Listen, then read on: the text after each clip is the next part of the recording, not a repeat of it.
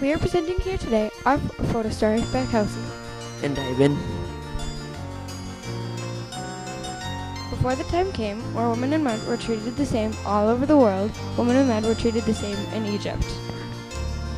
To women, marriage was an important thing. They usually got married if they were royal at age 12 to 14.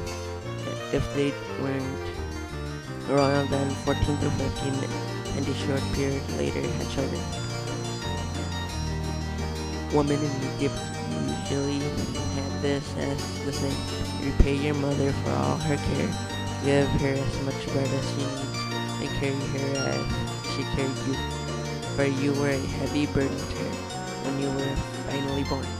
She still carried you on her back, on her neck, and for 3 years she suckled you and kept you clean. Women usually took care of their kids until they were done nursing. Then they carried them for 3 years, held them over their shoulder until they were 3, and then the eldest son or daughter would watch them until they were old enough to work. As drinking, when it comes to food and drink, women could eat and drink as much as their male counterparts. Although Egyptians tend not to be depicted actually eating food, they were shown drinking.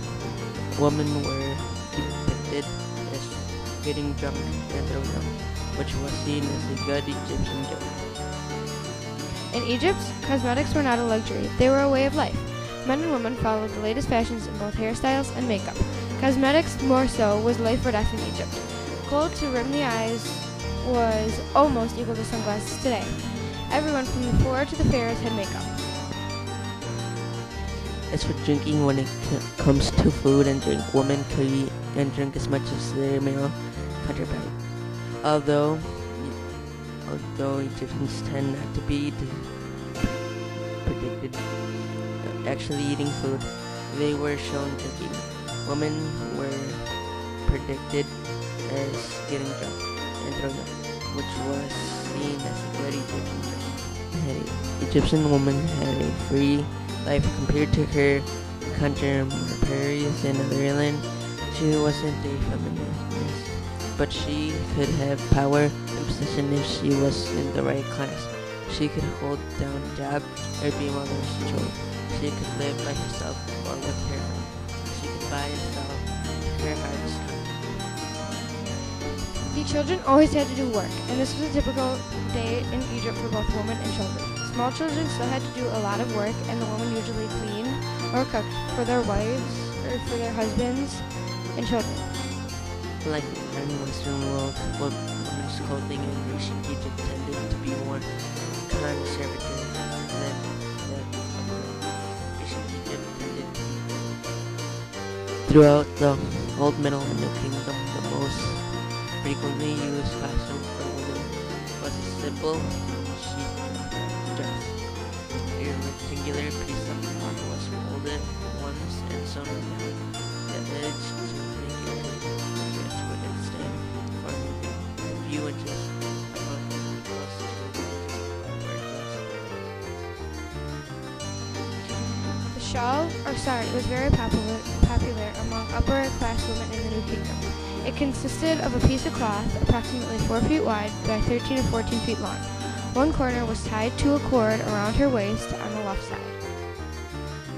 natural hair that was thick enough to protect the wearer from the direct rays of the sun. A white stomach layer keep the heat and cold when she was much too hot to wear.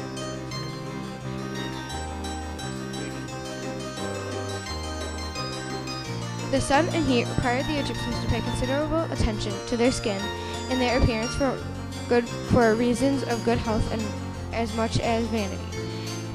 Egyptians bathed frequently, sometimes several times a day. Oils were applied to the skin by both men and women, and one popular mixture was made of plant extracts mixed with fat of a cat, crocodile, and heifer. Men and women were both allowed to wear feminine clothing or apply oils or wear as much clothing as they wanted to. But when it comes to women exposing themselves to the water or anything like that, they couldn't do that.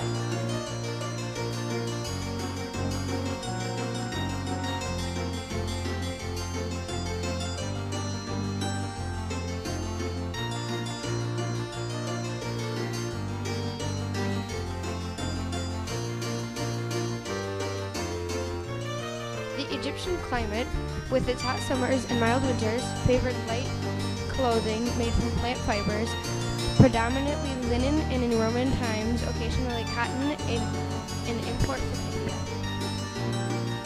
The manufacture of clothes was apparently most costly. It was generally done at home, but there were workshops run by noblemen from other families.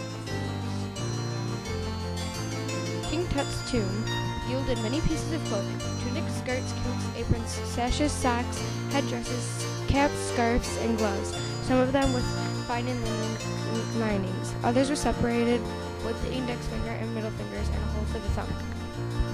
The clothes were generally made of linen and kept simply. Short linen cloths resembling a kilt for men, a dress straps for women, the basic garments with minor variations, cutting for fashion, social status, and wealth, did not change fundamentally through Egypt's history.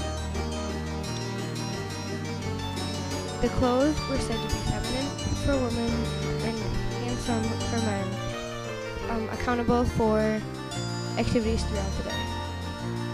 Cleanliness was apparently next to godliness in ancient Egypt, and who was closer to the gods than pharaohs themselves.